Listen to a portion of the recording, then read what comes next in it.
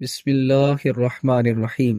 الہاکم التکاثر، تمہیں کثرت کی آرزو نے ہلاک کر دیا، حتی زرتم المقابر، یہاں تک کہ تم قبروں میں جا پہنچے۔ کلا سوف تعلمون، ہرگز ان قریب تم جان لوگے۔ ثم کلا سوف تعلمون، پھر ہرگز ان قریب تم جان لوگے۔ کلا لو تعلمون علم الیقین، پھر تمہیں یقینی علم ہو جائے گا۔ لترون الجحیم، پھر تم نارے دوزخ کو دیکھ لوگے۔ ثم لترونہا عین الیقین، پھر تم آنکھوں سے وہ سارے سین اور سارے مناظر دیکھ لوگے۔ ثم لتسألن یومئذ عن النعیم، پھر اس دن اللہ تم سے اپنی نعمتوں کے بارے میں ضرور سوال کرے گا۔ سورہ تکاثر قرآن مجید کی مکی صورت ہے۔ اس صورت کا شان نزول کچھ اس طرح سے ہے۔ بنو فہم اور بنو عبد مناف، عرب کے دو بڑے قبیلے، آپس میں اس بات پر الجھ پڑے کہ ہم میں سے مال کس کے پاس زیادہ ہے، افراد کس کے پاس زیادہ ہے، رسپیکٹ اور عزت کس کے پاس زیادہ ہے۔ اس سلسلے میں انہوں نے اپنے افراد کی کثرت، اولاد کی کثرت اور مال کی کثرت کو بیان کرنا شروع کر دیا، یہاں تک کہ جو لوگ قبروں میں جا چکے تھے ان کی قبروں کو بھی گننا شروع کر دیا، تاکہ یہ بات ثابت کر سکے کہ ہمارے قبیلے کے افراد دوسرے قبیلے کے افراد سے زیادہ ہے۔ تو اللہ رب العزت نے سورہ تکاثر نازل فرمایا تمہیں کثرت کی آرزو نے ہلاک کر دیا، یہاں تک کہ تم قبروں میں جا پہنچے۔ تم نے اپنی اس بری خواہش کے لیے قبروں کو بھی گننا شروع کر دیا۔ اس صورت کے اندر اللہ رب العزت نے انسان کے عمومی رویے کو بیان کیا ہے۔ انسان کا کامن اور عام رویہ یہی ہوتا ہے کہ انسان اپنی ساری زندگی اس چیز میں گزار دیتا ہے کہ میرے پاس مال ہو، میرے پاس دولت ہو، میرے پاس شہرت ہو، اسی لیے وہ اپنی زندگی گزار دیتا ہے۔ ایک زمانہ تھا جس کی اولاد زیادہ ہوتی تھی، لوگ اسے معاشرے میں معزز سمجھتے تھے، اسی وجہ سے عرب 100 شادیاں کیا کرتے تھے تاکہ ان کو معزز سمجھا جائے۔ اسلام نے حد بندی کر دی کہ 4 سے زیادہ شادیاں کوئی بھی نہیں کر سکتا۔ پھر جس دور سے میں اور آپ گزر رہے ہیں، بلکہ اس سے پہلے بھی کئی ادوار ایسے گزرے ہیں، بلکہ ہر دور کے اندر دولت کی بنیاد پر معاشرے کے اندر عزتوں کا قد ناپا جاتا رہا ہے۔ جس کے پاس دولت زیادہ ہے لوگ اس کو معزز سمجھتے ہیں، اور جس کے پاس دولت نہیں ہے، چاہے اس کے پاس دین کا دنیا کا علم ہو، چاہے اس کے پاس معاشرے کا اچھا ہنر ہو، ہمارے معاشرتی مزاج بن چکا ہے کہ ہم اسے معزز نہیں سمجھتے۔ وہ کیا اکبر الہ آبادی نے کہا تھا کہ میری غربت نے اڑایا میرے فن کا مذاق، تیری دولت نے تیرے عیب چھپا رکھے ہیں۔ میرا گھر تیرے گھر سے بڑا ہے، میری گاڑی تیری گاڑی سے اچھی ہے، میرا لباس تیرے لباس سے زیادہ خوبصورت ہے، میری اولاد تیری اولاد سے اچھی ہے۔ اب یہ جو تفاخر ہے، یہ جو کبر ہے، یہ جو ایک دوسرے سے آگے بڑھنے کی دوڑ ہے، اس صورت کے اندر اللہ رب العزت نے ان چیزوں کی نفی کی ہے۔ فرمایا کہ الہاکم التکاثر، تمہیں کثرت کی آرزو نے ہلاک کر دیا، حتی زرتم المقابر، یہاں تک کہ تم نے قبروں کو بھی گننا شروع کر دیا۔ تمہارا اوڑھنا بچھونا بس یہی بن گیا کہ مال ہو، مال ہو، مال ہو۔ جناب رسالت مآب صلی اللہ علیہ وآلہ وسلم نے ارشاد فرمایا کہ انسان ساری زندگی پکارتا ہے مالی مالی، میرا مال میرا مال۔ فرمایا کہ اس کا مال تو وہ ہے جو اس نے کھا لیا یا پہن کر پرانا کر دیا یا اللہ کی راہ میں اس نے ڈونیٹ کر دیا، باقی جو انسان چھوڑ کر جاتا ہے وہ اس کا نہیں ہے، وہ تو اس کے وارثوں کا ہے۔ وہ تو کفن بھی میلا نہیں ہونے دیتے،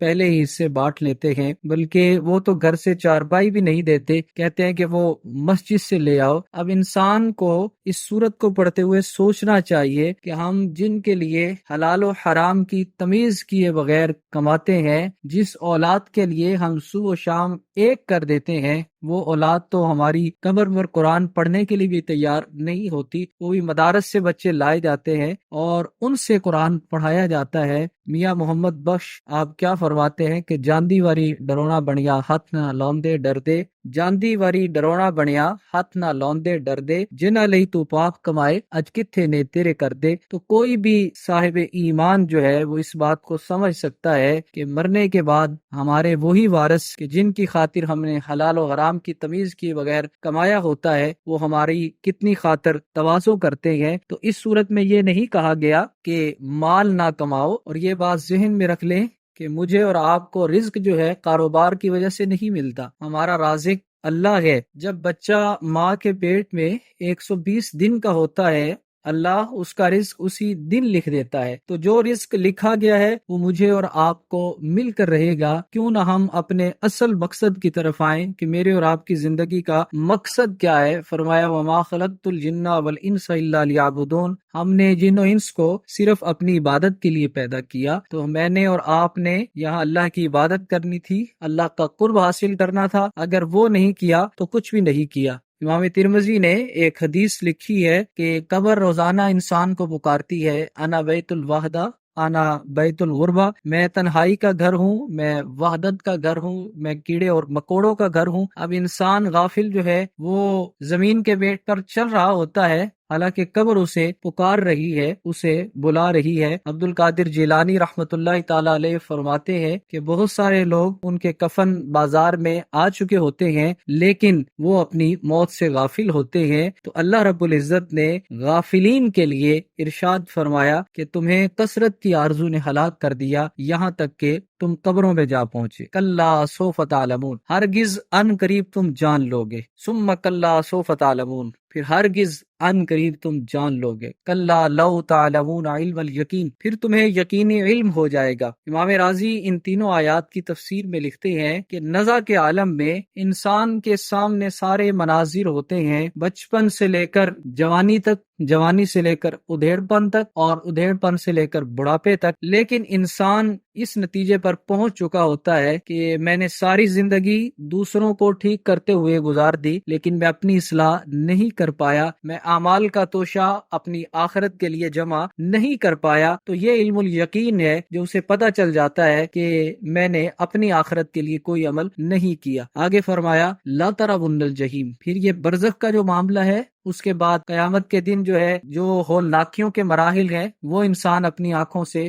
دیکھے گا۔ ثم لتسألن یومئذ عن النعیم، پھر اللہ رب العزت قیامت کے دن انسان سے نعمتوں کے بارے میں ضرور پوچھے گا۔ امام راضی کہتے ہیں کہ جس نعمت کے بارے میں اللہ حضرت انسان سے پوچھے گا وہ شریعت محمدیہ صلی اللہ علیہ وسلم کی نعمت ہے۔ اللہ بندے سے پوچھے گا کہ اتنی آسان تجھے میں نے شریعت دی تھی، جناب رسالت مآب صلی اللہ علیہ وسلم سے جو پہلے شریعتیں تھی ان میں کتنی مشکلات تھی۔ اگر کپڑا ناپاک ہو جاتا تھا تو دھونے سے پاک نہیں ہوتا تھا، کپڑے کے اس حصے کو کاٹنا پڑتا تھا۔ اگر جسم پر کہیں نجاست لگ جاتی تھی تو جسم کو داغنا پڑتا تھا۔ کتنی مشکلات تھی، ہمارے لیے کتنی آسانی ہے۔ کپڑا ناپاک ہو جائے تو اس حصے کو دھو ڈالو، کپڑا پاک ہو جائے گا۔ ہم نماز کھڑے ہو کر نہیں پڑھ سکتے تو بیٹھ کر پڑھ سکتے ہیں، بیٹھ کر نہیں پڑھ سکتے لیٹ کر پڑھ سکتے ہیں، لیٹ کر نہیں پڑھ سکتے تو فرمایا اشارے سے پڑھ لو۔ پہلی امتوں کے لیے کتنی مشکل تھی کہ انہیں عبادت کرنی تھی تو معبد خانے میں جانا پڑتا تھا، ہمارے لیے کتنی آسانی ہے۔ مسجد میں جا سکتے ہو تو مسجد میں جا کر پڑھو، مسجد میں نہیں جا سکتے گھر میں پڑھ لو،